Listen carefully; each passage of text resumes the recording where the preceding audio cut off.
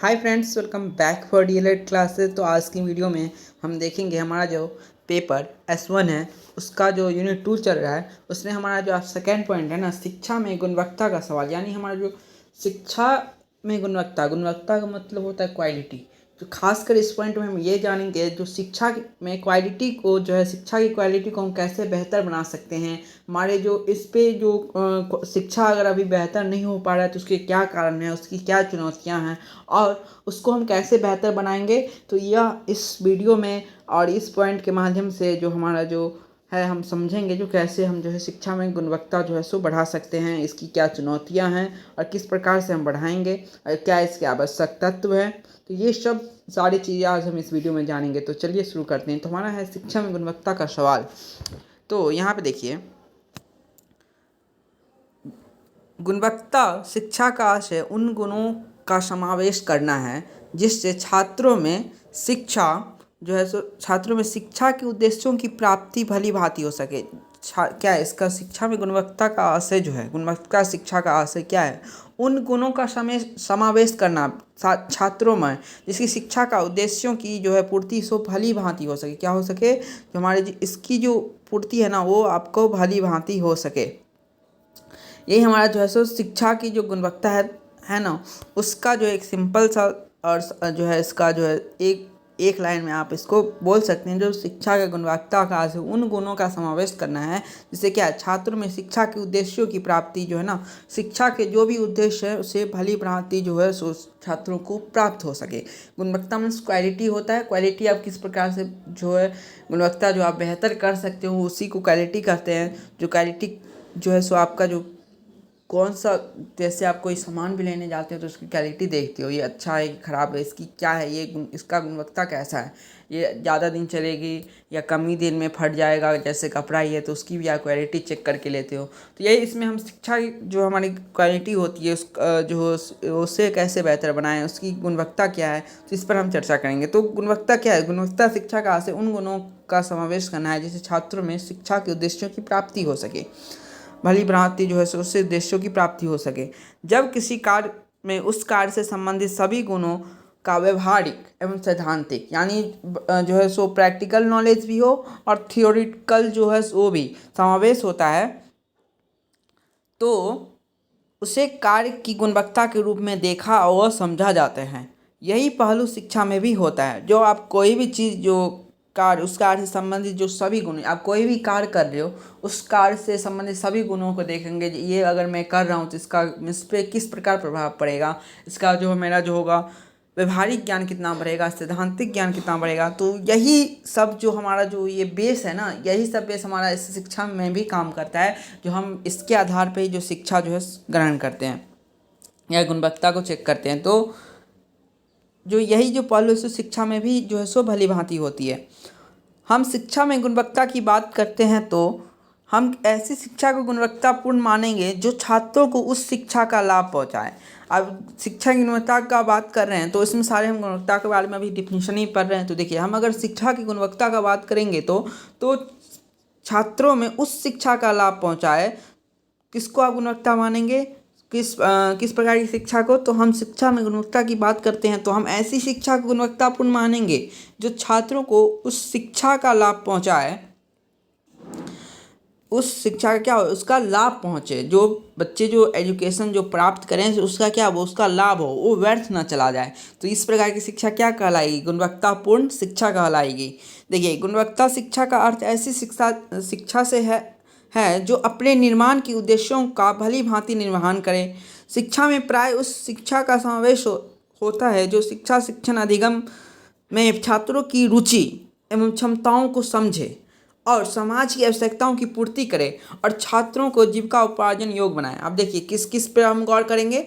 तो आप जो क्वालिटी ऑफ जो हमारा जो गुणवत्तापूर्ण शिक्षा है तो उसमें क्या क्या समावेश हो, तो जो हमारे जो शिक्षण अधिगम में जो है ना छात्रों की रुचि को समझे, हमारे जो है हम शिक्षा जो हमारे इसकी जो रुचि हो, जो स्टूडेंट की जिसमें रुचि हो उसको समझे, उसकी क्षमताओं को समझे, समाज की जो आवश्यकता है उस आवश्यकताओं को पूर्ति करे और छात्रों को जीविकोपार्जन का क्या करे, उपयोग जो है योग्य बनाए। यानी वो अपना जो भरण पोषण खुद से कर पाए।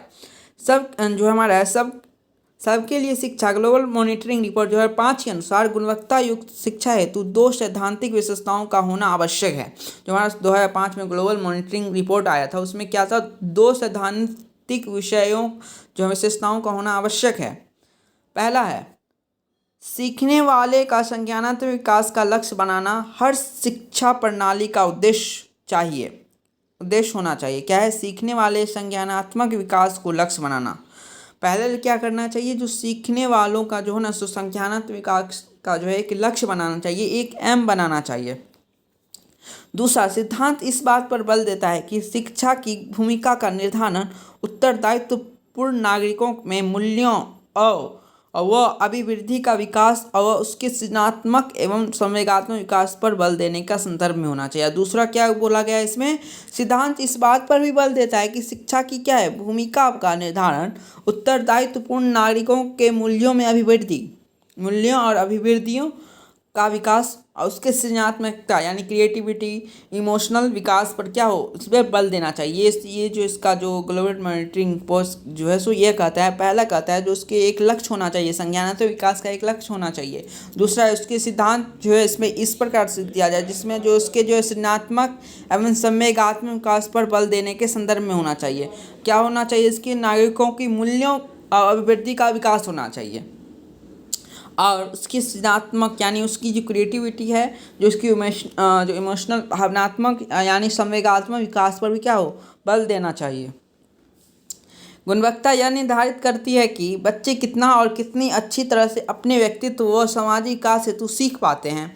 विभिन्न शिक्षा सम्मेलन में भी शिक्षण शास्त्रीय पद्धति के विकास पर बल दिया गया है, क्योंकि शिक्षण एवं अधिगम प्रक्रिया द्वारा होता है। शिक्षण क्या अधिगम प्रक्रिया द्वारा होता है, शिक्षण एवं अधिगम प्रक्रिया द्वारा होता है। हमारा क्या गुणवत्ता यह निर्धारित करती है कि बच्चे कितने और कितनी अच्छी तरह से अपने व्यक्तित्व व सामाजिक का विकास हेतु सीख पाते हैं। गुणवत्ता क्या निर्धारित करती है, आपकी क्वालिटी यह निर्धारित करती है कि आप जो है सो कितना और कितनी अच्छी तरह से अपने व्यक्तित्व का और वह सामाजिक विकास हेतु सीख पाते हैं। विभिन्न शिक्षा सम्मेलन में भी शिक्षण शास्त्रीय पद्धति के विकास पर बल दिया गया है, क्योंकि शिक्षण एवं अधिगम प्रक्रिया द्वारा होता है। विकास पर बल दिया गया है क्योंकि शिक्षण एवं अधिगम प्रक्रिया द्वारा होता है। पाठ्यक्रम को जीवन बनाया जा सकता है, पाठ्यक्रम को जीवन बनाया जा सकता है, जिससे कक्षा में क्या पढ़ाया गया है इसकी गुणवत्ता का निर्धारण होता है। जो हमारा इसमें जो कहा गया इस लाइन में, गुणवत्ता क्या निर्धारित करती है कि बच्चे कितना और कितनी अच्छी प्रकार से जो अपने व्यक्तित्व का और समाज का विकास करते हैं। ठीक है, विभिन्न शिक्षा सम्मेलन में भी शिक्षण शास्त्रीय पद्धति के विकास पर भी बल दिया गया। विभिन्न शिक्षा सम्मेलन जितने भी हुए हैं उसमें शिक्षण शास्त्रीय पद्धति के विकास पर क्या दिया गया, बल दिया गया है। जो शिक्षण शास्त्रीय पद्धति है उस पर बल दिया गया है, क्योंकि शिक्षण एवं अधिगम प्रक्रिया द्वारा होता है। क्योंकि शिक्षण के अधिगम प्रक्रिया द्वारा होता है, शिक्षण की जो पद्धति है, जो शास्त्रीय पद्धति है, उस पर क्या ज़्यादा बल दिया गया है, जो बच्चों पे जो है सो ज़्यादा पढ़ाई जो बोझ ना हो, सरल से सरल भाषा में बच्चे सीख सकें। पाठ्यक्रम को जीवन बनाया जा सकता है, जिससे क्या हो, कक्षा में क्या पढ़ाया गया है इसकी गुणवत्ता का निर्धारण होता है। जो हमारा जो पाठ्यक्रम है उसको जीवन से जोड़ के आपको बनाया जाना चाहिए, जिससे कक्षा में क्या पढ़ाया गया है इससे गुणवत्ता क्या होता है, निर्धारण होता है। बच्चे जो क्या सीखते हैं स्कूल में वो अपने घर पे भी वो उसे उपयोग कर सकते हैं। इससे क्या होता है, शिक्षा की गुणवत्ता का जो है निर्धारण होता है। गुणवत्तापूर्ण शिक्षा है तो कुछ तत्व आवश्यक हैं, जो 6 तत्व आवश्यक हैं। उस 6 तत्व पे हम देखिए, इस पे है 6 तत्व। पहला हमारा आकलन असेसमेंट, शिक्षा व्यवस्था का नियंत्रण आकलन करने से शिक्षा की गुणवत्ता का स्तर सुधारने में मदद मिलती है। हम जो आकलन करते हैं, असेसमेंट करते हैं, उससे क्या होता है, हमारा जो शिक्षा व्यवस्था का क्या होता है, निरंतर आकलन करने से शिक्षा की गुणवत्ता का स्तर जो है सुधारने में मदद मिलती है। यानी अगर आकलन करेंगे तो आप बच्चे की जो है ना सो क्या आवश्यकता है, उसे क्या समझ नहीं आ रहा है, वो कहाँ फंसा है, तो वो सब आप जान पाएंगे, जिससे जरिए क्या होगा, जो आपकी शिक्षा की गुणवत्ता में क्या होगी, स्तर में सुधार आएगा। उसके बाद दूसरा है स्वायत्तता, ऑटोनॉमी। स्कूल में सुधार हेतु गुणवत्ता और सुधार आवश्यक है। इसका तात्पर्य विद्यालयों को संसाधनों के प्रयोग हेतु स्वायत्तता देने से है, ताकि वे अपने विद्यालय को प्रतिद्वंद्वितापूर्ण तरीके से सुधार सकें। जो हमारे विद्यालय में स्वायत्तता क्या प्रयोग हेतु स्वायत्तता जो है स्कूल में सुधार हेतु गुणवत्ता सुधार आवश्यक है। जो हमारा स्कूल में सुधार हेतु क्या है, गुणवत्ता सुधार आवश्यक है। इसका तात्पर्य यह है कि विद्यालय को संसाधन जो है विद्यालय में जो संसाधन मौजूद रहते हैं कि प्रयोग हेतु स्वायत्तता देने से है, ताकि वो अपने विद्यालय को प्रतिद्वंद्वितापूर्ण तरीके से सुधार सके। जो जितने भी मौजूद रहते हैं उसके संसाधन विद्यालय में, उसका क्या उसको बच्चों को उपयोग करना देना चाहिए। उससे क्या होते हैं, अपने जो विद्यालय में प्रतिनिधित्वपूर्ण तरीके से क्या हो सकते हैं, सुधार हो सकते हैं। एक कंपटीशन की तरह अगर बच्चे उपयोग करेंगे, एक बच्चा देखेगा, वही बच्चा फिर वो दूसरा करने का प्रयास करेगा, तो एक दूसरे में क्या एक कंपटीशन होगी, जो वो एक यह कार्य को उससे बेहतर कर सकता है। तो इससे क्या होगी, उससे भी आपको गुणवत्ता शिक्षा बेहतर बनाने में मदद मिलेगी। उत्तरदायित्व, स्वायत्तता व उत्तरदायित्व एक दूसरे से संबंधित है। जवाबदेही कार्य व शैक्षिक उपलब्धि पर सकारात्मक प्रभाव डालती है। जवाबदेही कार्य क्या होती है, जो हमारी शैक्षिक उपलब्धि होती है ना, उस पर सकारात्मक प्रभाव डालती है। इसके अंतर्गत अच्छी शिक्षण प्रदान करने का उत्तरदायित्व अधिकारियों, पर्यवेक्षक, प्रधानाध्यापक, शिक्षक व छात्रों की सामुदायिक सहभागिता पर निर्भर कर दिया जाता है। इसके अंतर्गत जो हमारे अच्छी शिक्षा प्रदान करने का उत्तरदायित्व अधिकारियों पर, हमारे पर्यवेक्षक पर, अब प्रधानाध्यापक पर, शिक्षक व छात्रों की सामुदायिक सहभागिता पर निर्भर कर दिया जाता है तथा उन्हें संसाधन के उपयोग और विद्यालय क्रियान्वयन के उत्तरदायित्व सौंप दिए जाते हैं। इस प्रकार जवाबदेही विद्यालय के प्रधानाचार्य, अभिभावक, पर्यवेक्षक व सीनियर अधिकारियों के प्रति, सीनियर अधिकारी जो होते हैं उसके प्रति अपने विद्यालय के अधिगम वातावरण में सुधार करती है, फलतः शिक्षा की गुणवत्ता में आती है। अब देखिए, एक उत्तरदायित्व भी जो है ना सो शिक्षा की गुणवत्ता में सुधार लाता है। तो इसमें कहा गया, देखिए उत्तरदायित्व कैसे लाता है, तो एक जवाबदेही जो आपकी कार्य होती है ना, तो आपकी शैक्षिक उपलब्धि में क्या करता है, एक सकारात्मक प्रभाव पड़ता है। अब देखिए, कोई एक व्यक्ति हैं, आपको कोई एक ऐसा जवाबदेही कार्य देते हैं, एक इम्पॉर्टेंट काम देते हैं जो आपको करना है, तो आप भी सोचिएगा नहीं, वो हम पे भरोसा करके इतना ये महत्वपूर्ण कार्य हमको दे दिए हैं, तो हमको क्या ये कार्य जो है सो पूरा करना है, किसी भी कीमत पर एक अच्छे प्रकार से यह कार्य को हमको करके उनको देना है। तो यही जवाबदेही कार्य जो होता है सो हम किस पे छोड़ देते हैं, उत्तरदायी अधिकारियों पर दे देते हैं, पर्यवेक्षक पे दे देते हैं, प्रधानाध्यापक, शिक्षक पर और छात्रों पर, सामुदायिक सहभागिता पर। तो ये सब संसाधन जो ना विद्यालय में जो क्रियान्वयन करते हैं, तो जो ये सब पर हम क्या उत्तरदायित्व सौंप देते हैं, जिनमें क्या होता है, इन पर जो है सो एक जो होता है प्रेशर बनता है, या आप बोल सकते हो एक उत्तरदायित्व बनता है, उनकी जवाबदेही होती है, जिससे वो क्या करते हैं, अच्छे प्रकार से कार्य को करने में जो है मदद करते हैं, अच्छे प्रकार से शिक्षा की गुणवत्ता जो सो इसमें जो अपना जो सुधारते हैं। फलतः क्या होती है, शिक्षा की गुणवत्ता जो है सो शिक्षा में गुणवत्ता आती है, क्वालिटी आती है। देखते हैं इसमें लिखा हुआ है इस प्रकार, जवाबदेही विद्यालय के प्रधानाचार्य, अभिभावक जो होते हैं यानी पेरेंट्स जो होते हैं, पर्यवेक्षक जो होते हैं और सीनियर अधिकारियों के प्रति जो अपने विद्यालय के अधिगम वातावरण में सुधार करती है इस जवाबदेही के कारण। उसके बाद हमारा है शिक्षक पर ध्यान। एक बेहतर शिक्षक अधिगम प्रक्रिया में मूल्यों को भी शामिल कर लेता है। कौशल, विषय ज्ञान और कार्य के प्रति समर्पण गुणवत्ता सुधारने में पर्याप्त मदद करती है।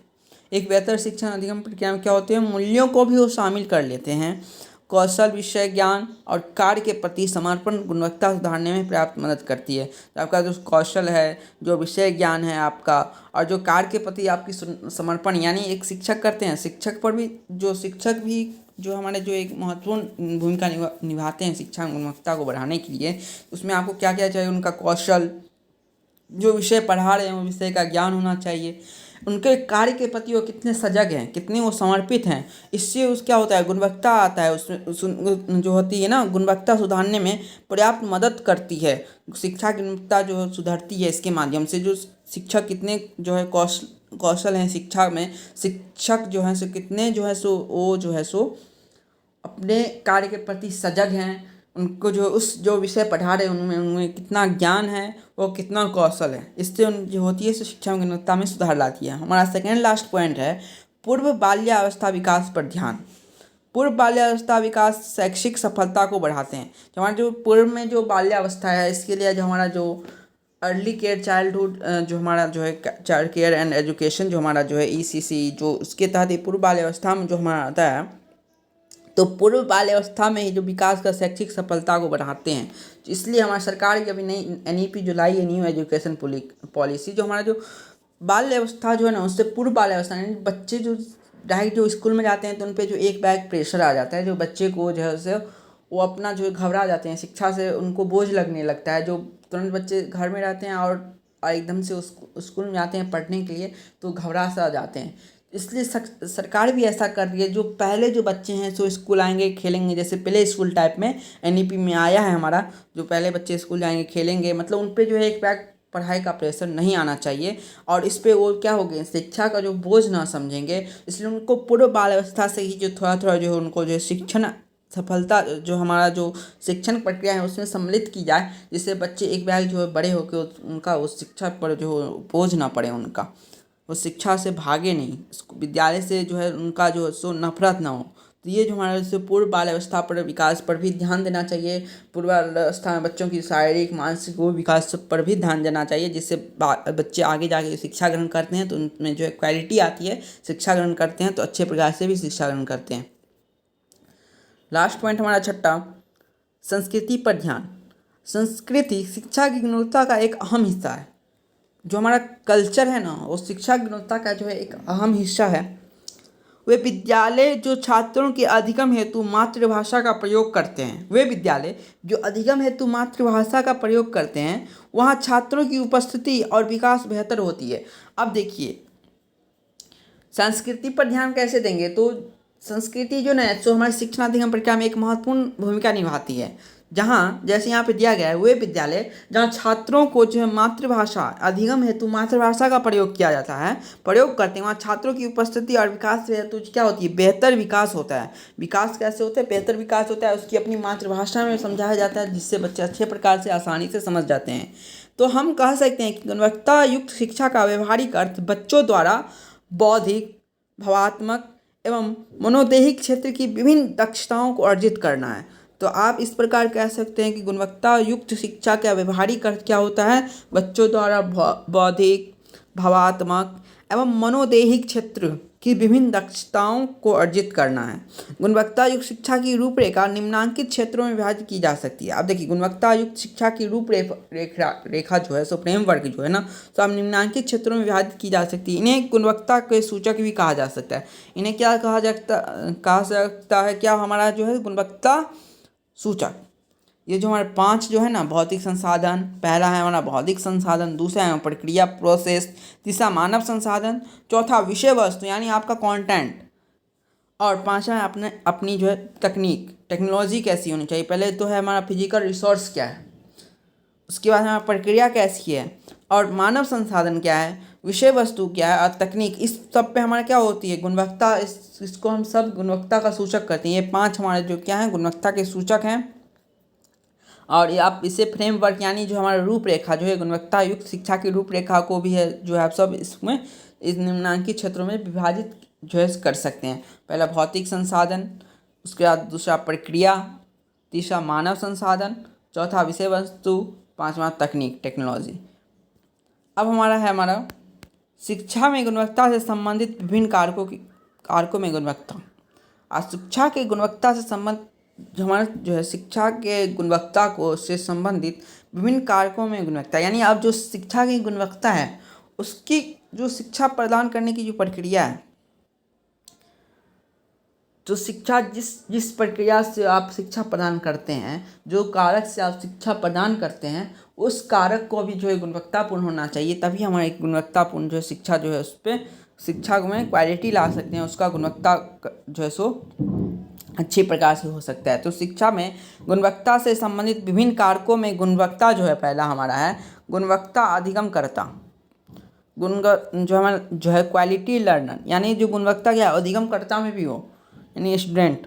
गुणवत्ता अधिगमकर्ता से हमारा तात्पर्य बच्चों के शारीरिक, मानसिक और संवेगात्मक स्वास्थ्य से है। यानी शिक्षा की क्वालिटी तभी बेहतर हो सकती है जिसमें हमारा जो हमारी शिक्षा ग्रहण कर रहे हैं उसमें भी क्वालिटी थोड़ा बेहतर हो। जिसमें हमारा दिया गया है गुणवत्ता अधिगमकर्ता से हमारा तात्पर्य है बच्चों के जो है शारीरिक, मानसिक और संवेगात्मक क्या हो, स्वस्थ हो, ये तीनों प्रकार से जो है ना स्वस्थ हो। दूसरा गुणवत्तापूर्ण पाठ्यचर्या, हमारा जो पाठ्यचर्या हो उसमें उसमें क्या हो तो गुणवत्तापूर्ण अधिगम वातावरण से तात्पर्य विद्यालय में भौतिक मनोविज्ञान तथा समस्त सुविधाएं सम्मिलित हो। यानी आपकी जो पाठचर्या हो, आपका जो करिकुलम हो, वो क्या हो, आपकी जो गुणवत्ता अधिगम वातावरण से तात्पर्य विद्यालय की भौतिक मनोविज्ञान तथा समस्त सुविधाएं सम्मिलित हो, जिसमें विद्यालय की जो समस्त सुविधाएं हैं वो आपकी मौजूद हो, भौतिक और मनोवैज्ञानिक। तीसरा हमारा गुणवत्तापूर्ण पाठचर्या। इसमें आप देखिए दोनों हिंदी दी गई है, तो आप इसमें इंग्लिश देख लीजिए। उसमें था क्वालिटी लर्निंग इन्वायरमेंट और इसमें है हमारा क्वालिटी करिकुलम। क्वालिटी करिकुलम कैसा होना चाहिए, तो विद्यालय में पढ़ाए जाने वाली विषय वस्तु ऐसी होनी चाहिए जिसकी समझ विद्यार्थी को अपनी दिन प्रतिदिन के जीवन से संबंधित समस्याओं को हल करने में मदद कर सकें। किस प्रकार से करिकुलम होना चाहिए, तो विद्यार्थियों की अपने दिन प्रतिदिन से जीवन संबंधित जो समस्याएं हैं और आवश्यकताओं, आप यहाँ पे समस्या और आवश्यकताएं दोनों लिख सकते हैं, उससे क्या हो सके, हल कर सके, उससे मदद मिल सके। तो यही हमारा जो होता है, इसमें गुणवत्तापूर्ण पाठचर्या हम कहेंगे। पाठचर्या निर्धारित शिक्षा के लक्ष्यों की प्राप्ति के साधन के रूप में निर्मित किया जाता है। पाठचर्या ऐसा होना चाहिए जो बालकों के सर्वांगीण विकास में मदद करे। पाठचर्या कैसा होना चाहिए, जिसमें बच्चे के सर्वांगीण विकास में मदद करे, तभी हम उसे गुणवत्ता पाठचर्या कहेंगे। उसका चौथा हमारा गुणवत्तापूर्ण शिक्षण अधिगम प्रक्रिया। आपकी जो क्वालिटी टीचिंग लर्निंग प्रोसेस है वो कैसे गुणवत्ता होती है, तो देखिए शिक्षण अधिगम प्रक्रिया का सुचारू और संतुलित क्रियान्वयन गुणवत्तापूर्ण शिक्षा के लिए आवश्यक है। सुचारू रूप से असंतुलित क्या हो, सुचारू रूप से हो और संतुलित हो तब, और उसका क्रियान्वयन जो हो और गुणवत्तापूर्ण शिक्षा के लिए जो है यह आवश्यक है। जो आपकी जो शिक्षण अधिगम प्रक्रिया है सुचारू रूप से हो और संतुलित हो। पांचवा हमारा गुणवत्ता परिणाम उत्पाद क्वालिटी ऑफ आउटकम्स। विद्यार्थी की विभिन्न विषयों के में शैक्षिक उपलब्धि ही गुणवत्तापूर्ण शिक्षा का बहुत महत्वपूर्ण कारक है। शिक्षार्थियों का भाषाई ज्ञान एवं मूलभूत अंक गणितीय से क्रियाओं का ज्ञान ही आरंभिक शिक्षा में गुणवत्ता का सूचक है। अब देखिए सिर्फ पढ़ाना ही काफ़ी नहीं है, आप जैसे आप शिक्षा का गुणवत्ता बच्चों में शिक्षा प्रदान करते हो तो वैसा आउटकम भी आना चाहिए, वैसे बच्चों को सीखने आना चाहिए। जो बच्चे आप जो सिखा रहे हो उस प्रकार सीख रहे हैं कि नहीं सीख रहे हैं, तो इसका क्या होती है आपकी गुणवत्ता परिणाम यानी उत्पाद, जो आपकी क्वालिटी ऑफ आउटकम्स होती है तो वो कैसी होती है। तो विद्यार्थी की विभिन्न विषयों में शैक्षिक उपलब्धि, आपके विभिन्न विद्यार्थियों के जो विभिन्न विषयों में शैक्षिक उपलब्धि ही गुणवत्ता शिक्षा का क्या है, एक महत्वपूर्ण कारक है। जो विद्यार्थी जो है ना सो अपनी विभिन्न विषयों में शैक्षिक उपलब्धि करें, जो क्या है इसका जो गुणवत्ता जो है आपका जो गुणवत्तापूर्ण शिक्षा का एक महत्वपूर्ण कारक है।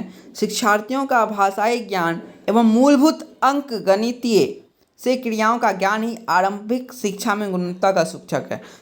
जो देखिए शिक्षार्थियों का भाषाई ज्ञान जो है एवं मूलभूत जो अंक गणितीय ज्ञान जो है से क्रियाओं का ज्ञान ही आरंभिक शिक्षा की गुणवत्ता का सूचक है। आरंभिक शिक्षा की गुणवत्ता का सूचक क्या है, भाषाई ज्ञान और मूलभूत अंक गणितीय ज्ञान। ये हमारा जो है सो आरंभिक जो हमारा शिक्षा का जो है ना गुणवत्ता का सूचक है। और वैसे हमारा जो आउटकम्स है, जो हमारा आउटकम्स जो है क्वालिटी ऑफ आउटकम्स क्या है, जिसमें बच्चे जो है विभिन्न विषयों की शैक्षिक उपलब्धि में जो है सो शैक्षिक उपलब्धि हो, विभिन्न विषयों में शैक्षिक उपलब्धि हो, ये हमारा उनका हो गया जो हमारा गुणवत्ता परिणाम या उत्पाद। यानी क्वालिटी ऑफ आउटकम्स विद्यार्थियों में कैसा होना चाहिए, तो जिसमें उनमें विभिन्न विषयों में क्या हो, उपलब्धि प्राप्त हो, विभिन्न शैक्षिक उपलब्धि प्राप्त हो। अब देखिए इसमें हमारा शिक्षा की गुणवत्ता में चुनौतियाँ क्या क्या है। पहला हमारा चुनौती है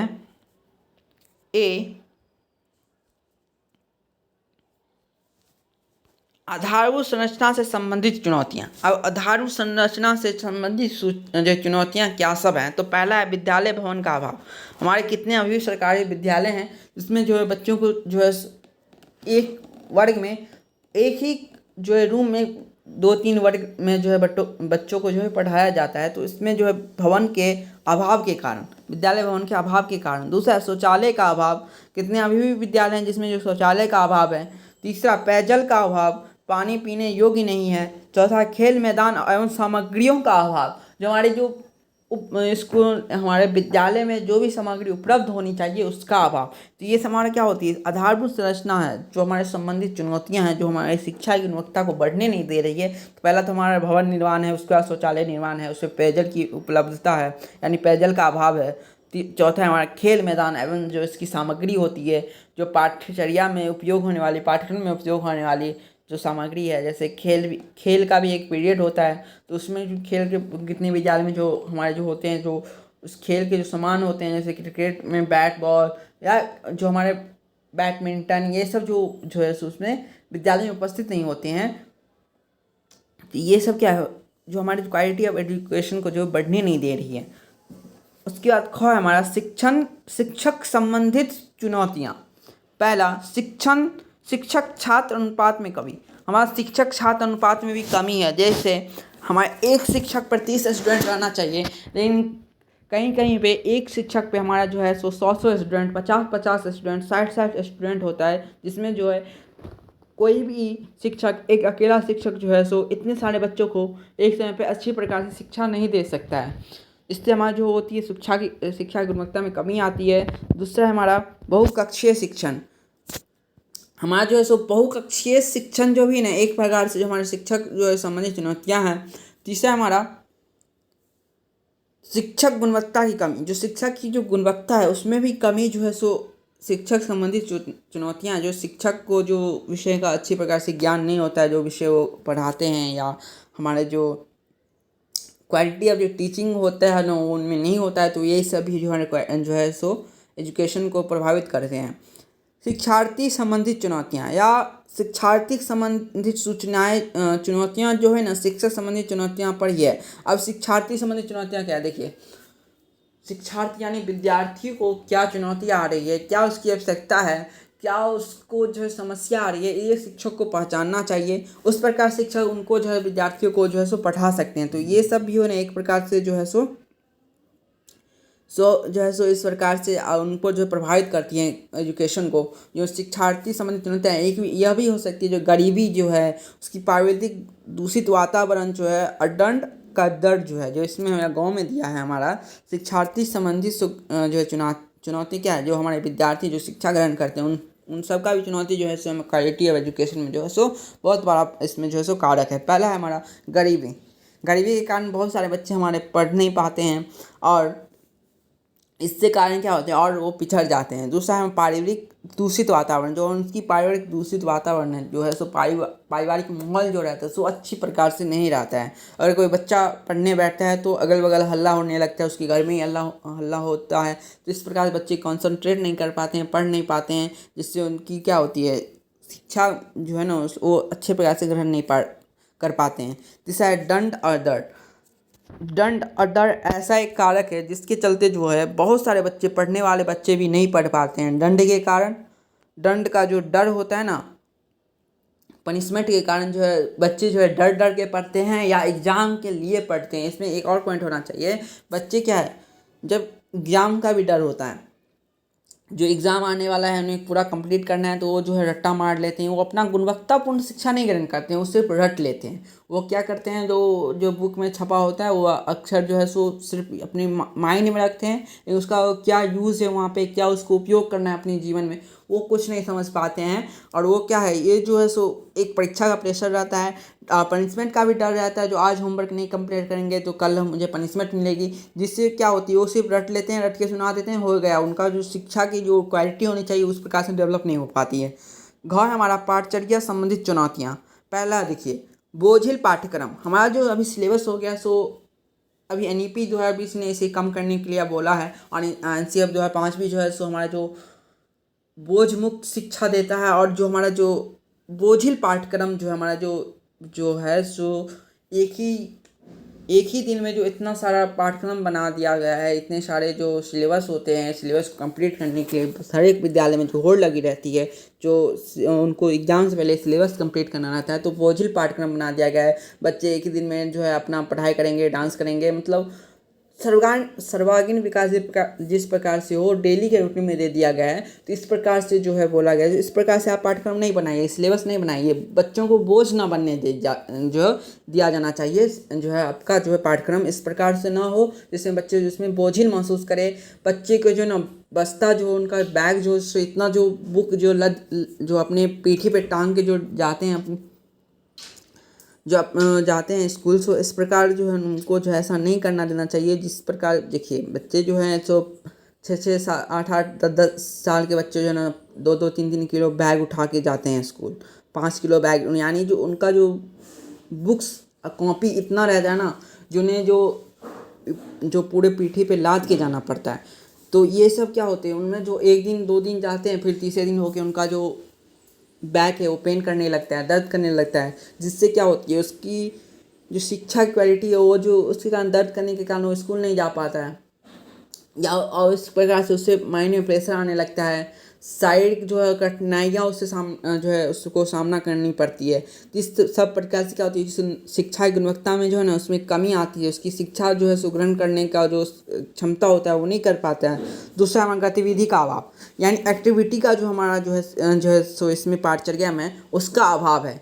कहीं पे अगर किसी विद्यालय में अगर खेल की प्रक्रिया होती है तो कहीं पे इसमें कहीं विद्यालय पे जो है जो हमारा जो पीटी जैसे एक्सरसाइज हो, जितनी भी गतिविधियाँ कराई जाती है स्कूल में, खेल सब, हमारा जो भ्रमण होता है, हमारा जो कहीं पे भी प्रोजेक्ट होता है जो हमारे स्कूल विद्यालय में दिया जाता है विद्यार्थियों को गतिविधि के लिए, वो सब भी कमी आती है इस पाठचर्या में नहीं दिया जाता है कितने विद्यालयों में। इससे भी हमारा जो क्वालिटी ऑफ एजुकेशन में फ़र्क पड़ता है।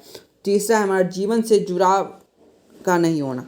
अब देखिए पाठचर्या जो है सो जीवन में जो बच्चों की कठिनाइयाँ आ रही है, जो आवश्यकता आ रही है, जो उसे भविष्य में वो जो फेस करने वाला है, उस प्रकार से पाठचर्या को बनाना चाहिए। ये नहीं जो पाठचर्या में सिर्फ जो है शिक्षक जो अपने मन से बनाए, उसे विद्यार्थियों को नज़र में रख के बनाना चाहिए। विद्यार्थी किस प्रकार से वो अपना हल कर पाएंगे, किस वर्ग के विद्यार्थी कितना पढ़ पाएंगे, वही सब ध्यान में रख के और उसके जीवन से जोड़ के जो है पाठचर्या बनाना चाहिए। चौथा है हमारा जीविकोपार्जन का अभाव, यानी अभी का शिक्षा जो हमारा जो है सो हमारे बड़े होकर हम क्या करेंगे, किस प्रकार से हम अपना रहन सहन करेंगे ना, उस प्रकार की शिक्षा नहीं दी जाती है। जीविकोपार्जन का जो है अभाव होता है, जो उस शिक्षा का प्रयोग हम बड़े होके अपनी जीविका उपार्जन में कैसे करेंगे यह हमारे पाठचर्या में नहीं बताया जाता है। यह पाठचर्या में यह इस प्रकार की जो है सो शिक्षा नहीं दी जाती है। इस प्रकार से पाठचर्या नहीं बनाया जा सकता है, नहीं जाता है अभी जो हमारे जीविका उपार्जन का जो हो सो इसमें जो है अभाव होता है। इसलिए इस प्रकार पाठचर्या बनाना चाहिए, इसमें बोझिल पाठचर्या न हो, गतिविधि का अभाव न हो, गतिविधि सारे जितनी भी गतिविधि हैं वो सारे गतिविधि बच्चे करें। कितने स्कूल में जो स्विमिंग भी सिखाई जाती है, लेकिन जो है हमारे सरकारी विद्यालय सब में तो ये बात ही छोड़ दीजिए। इसलिए हम लोग को जो है इस प्रकार से भी सरकारी विद्यालय डेवलप करना चाहिए जिसमें बच्चे की सारी गतिविधि आ सके।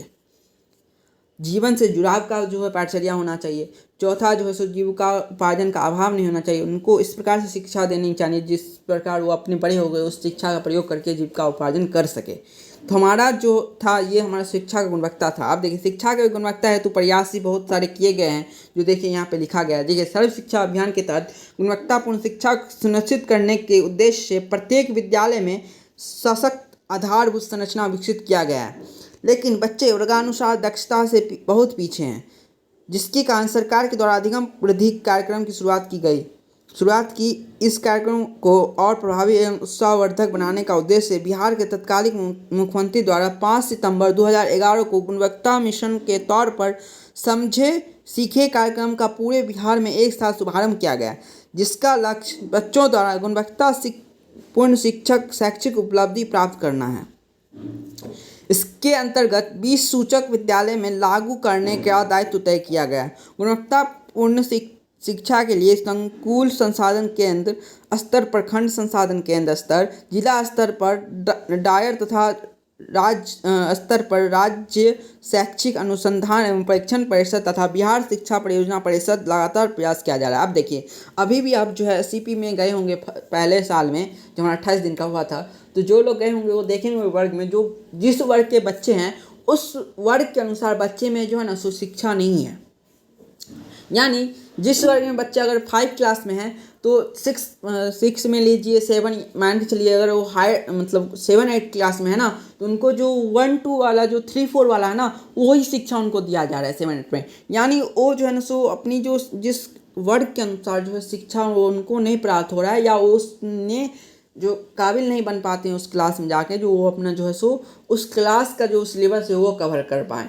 जो हमारे 7 क्लास का बच्चा भी अब जो है जोड़ ही सीखता रहता है, तो हमारे कितने आपने देखा होगा जो 6 क्लास का भी जो है हमारा जो है सो 1-2 से 100 या जो अपना जो है इंग्लिश में कमज़ोर रहता है, तो A फॉर एप्पल से Z फॉर ज़ेबरा तक ही पढ़ता रहता है। तो ये सब जो उनके अनुसार जो है जो वर्ग के अनुसार वो अपना क्या है शिक्षा नहीं कर पाते हैं। तो इसलिए हमारा 5 सितंबर 2011 को जो है गुणवत्ता जो हमारा मिशन के तौर पे जो था ना, सो ये जो है हमारे जो मुख्यमंत्री के द्वारा जो है उनके द्वारा चलाया गया था, जिससे क्या हो गुणवत्ता जो पूर्ण शिक्षा बच्चों में उपलब्ध हो, बच्चे जो अपनी क्वालिटी को बढ़ाएं।